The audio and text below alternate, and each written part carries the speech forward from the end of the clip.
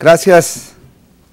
Quiero agradecer a los organizadores la invitación que nos formulan al Congreso del Estado, en mi persona como presidente de la Comisión de Puntos Constitucionales, Estudios Legislativos y Reglamentos, que fue la comisión que le tocó realizar una serie de acciones para poder aterrizar estas reformas conocidas como la Ley Salvavidas. Yo, si me permiten antes, quisiera, a manera de introducción, exhibir con ustedes un pequeño spot de 20 segundos, que ya lo tienen listo por ahí, para poder establecer con ustedes un marco de referencia y comentarles a ustedes qué es lo que hicimos en Jalisco, qué pueden ser este tipo de experiencias en beneficio de la actividad que ustedes desarrollan en los lugares de su procedencia y que de alguna manera juntos podamos ponernos de acuerdo en qué otras acciones podemos establecer en beneficio de la seguridad vial y sobre todo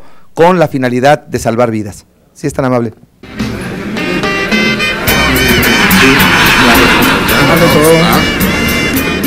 ¿Qué onda? ¿Te traigo otra? No, la verdad es que ya llevo dos y tengo que manejar.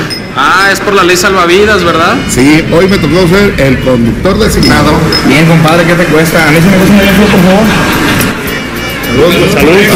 Salud. Ley Salvavidas y 100 acciones legislativas más. Jesús Casillas, diputado por Zapopan. Son una serie de spots que ustedes los pueden encontrar en YouTube. Esto es parte del informe de actividades que rendí como legislador del Congreso del Estado de Jalisco.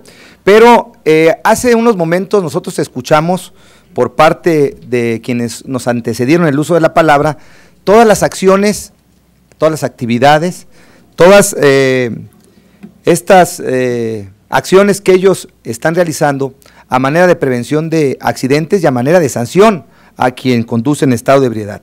Ellos han establecido una vigilancia y un control en carreteras, en las calles y en los lugares que ya está de sobra reiterarlos. Pero ellos lo hacen en base a los elementos jurídicos que tienen a su alcance. El problema que en el estado de Jalisco, este marco jurídico completamente obsoleto, que ya había generado muchos problemas. Problemas como los que comentó Alma, pérdidas materiales por 7,000 millones de pesos, 400 lesionados de gravedad por año, 280 muertes al año, la mayoría de ellos en accidentes viales relacionados con el alcohol, y una demanda permanente de la sociedad, de las organizaciones de víctimas de los accidentes viales, de los propios estudiantes, de la sociedad en general, que reiteradamente los noticieros exhibían los accidentes viales en los que participaban personas ebrias. Y esto en razón de que nuestra legislación era muy permisible. En Jalisco se podía conducir con 100 miligramos de alcohol por 100 mililitros de sangre y no pasaba absolutamente nada. Podía haber un accidente y ni siquiera se hacían acreedores a una infracción. Y eso lo escuchábamos reiteradamente. Entonces esto empezó a tomar matices como un problema de salud pública que nos obligó a los legisladores a tomar cartas en el asunto. Y no fue una tarea sencilla. Bastaría comentarles que para ver una ley publicada se requiere de un proceso muy largo, sobre todo de la construcción de consensos, de acuerdos. Primero, el legislador que lleva la iniciativa, posteriormente el acuerdo en su grupo parlamentario para que la apoyen y la avalen, y después la negociación con el resto de los grupos parlamentarios.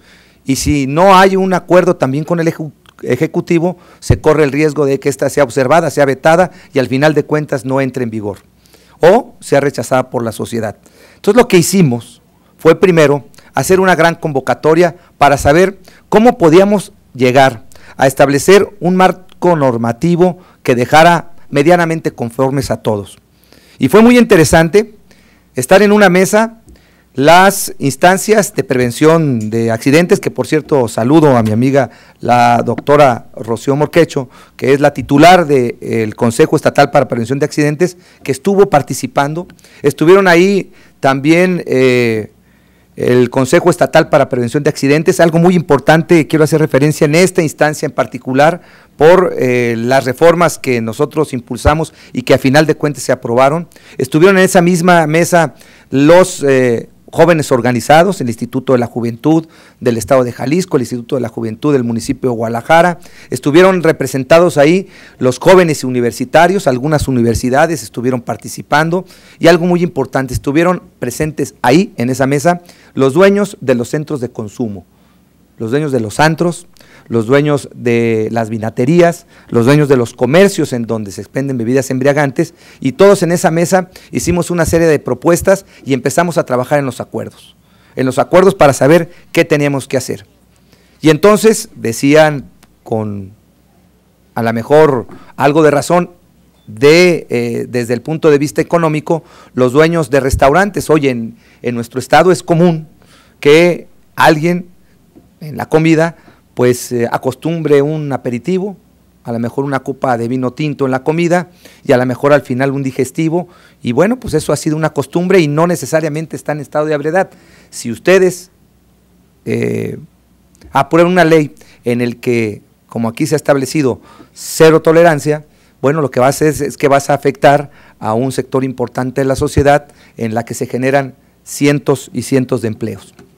Y entonces ahí sí, llamamos al Consejo Estatal de Prevención de Accidentes para que nos ilustraran cuál sería una medida en la cual se pueda conducir un vehículo sin necesidad de afectarse en su propio físico y que esté en la capacidad de conducir en perfectas condiciones. Y ellos nos dijeron, con 50 miligramos de alcohol por 100 mililitros de sangre, todavía es posible, y esa es la media nacional. Hay algunos estados de la República que tienen 30, otros que tienen 70, Jalisco tenía 100, y se llegó al acuerdo de los 50 miligramos de alcohol por 100 mililitros de sangre, que representa, doctora, no sé, 2 cervezas aproximadamente, de acuerdo, ya se dijo aquí, de acuerdo a la complexión, estado de ánimo, sexo, etcétera, pero que de alguna manera, bueno, está ahí un factor de disminución de riesgo. Y entonces se baja la tolerancia de alcohol en sangre. Y a esta serie de reformas, a toda esta serie de reformas, para poderlas socializar y para que puedan tener un impacto positivo en la sociedad, lo que hicimos fue bautizarla, ponerle un nombre. Y le pusimos la Ley Salvavidas, con la finalidad precisamente de alcanzar ese objetivo, salvar vidas. Y entonces estamos hablando de la modificación de una serie de ordenamientos, porque si ustedes buscan el Estado de Jalisco, a través de internet, entrar al Congreso del Estado, buscar la Ley Salvavidas, no la van a encontrar. Lo que sí van a encontrar es que hubo reformas a la Ley de Servicios de Vialidad y Transporte, ya lo dijo Alma, hay multas que van de los 6,000 a los 11,000 pesos a quien conduzca con más de 50 miligramos de alcohol en sangre. Si de 50 a 80 miligramos de alcohol en sangre, el conductor se puede hacer acreedor de una multa que va de los 6,000 a los 11,000 pesos, pero si pasa de los 80, si llega a los 80 miligramos de alcohol en sangre, no solamente es la multa, sino que además se le recoge el vehículo.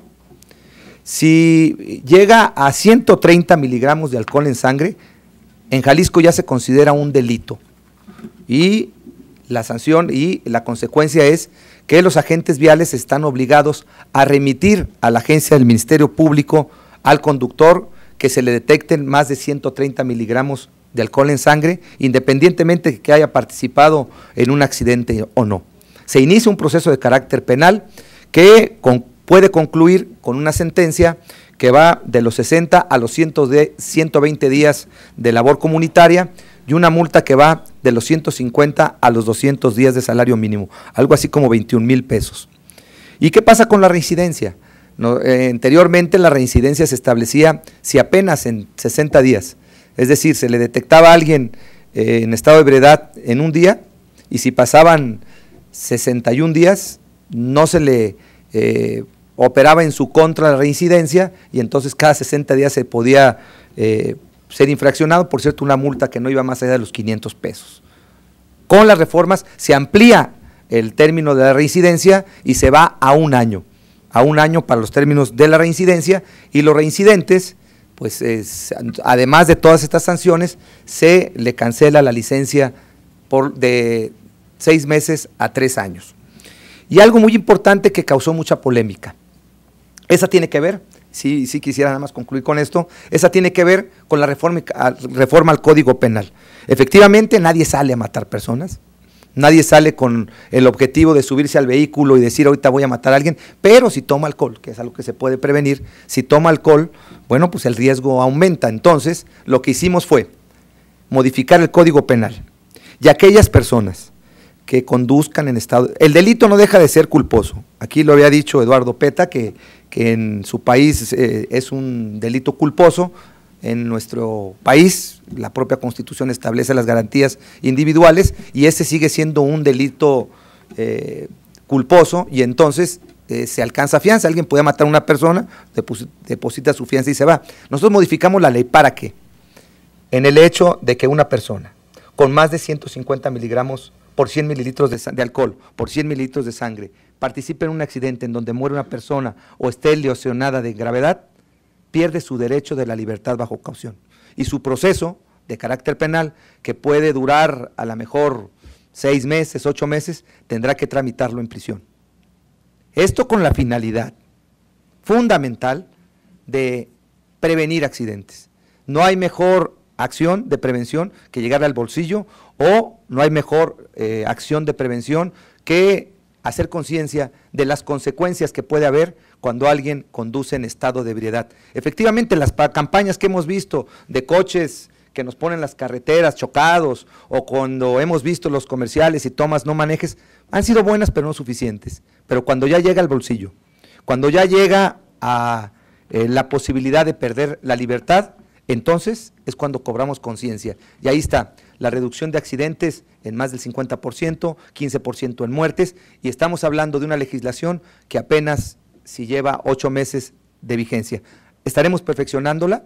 Se habló aquí de la aplicación de los alcoholímetros, hay quien se negó a hacerlo, argumentando efectivamente su derecho a no autoincriminarse, y se negó la aplicación y la autoridad no se lo aplicó, y entonces pudo evadir esta acción, esta reforma y alcanzó su fianza, y no quiere decir con esto que sea inocente, pero su juicio, su trámite penal lo está llevando a cabo fuera de prisión, cuando ya tenemos 9 casos concretos, información que da el Procurador de Justicia del Estado de Jalisco, 9 personas que están actualmente en prisión, llevando su trámite penal, su proceso penal, por haber participado en un accidente donde hubo muertos y lo hicieron en estado de ebriedad.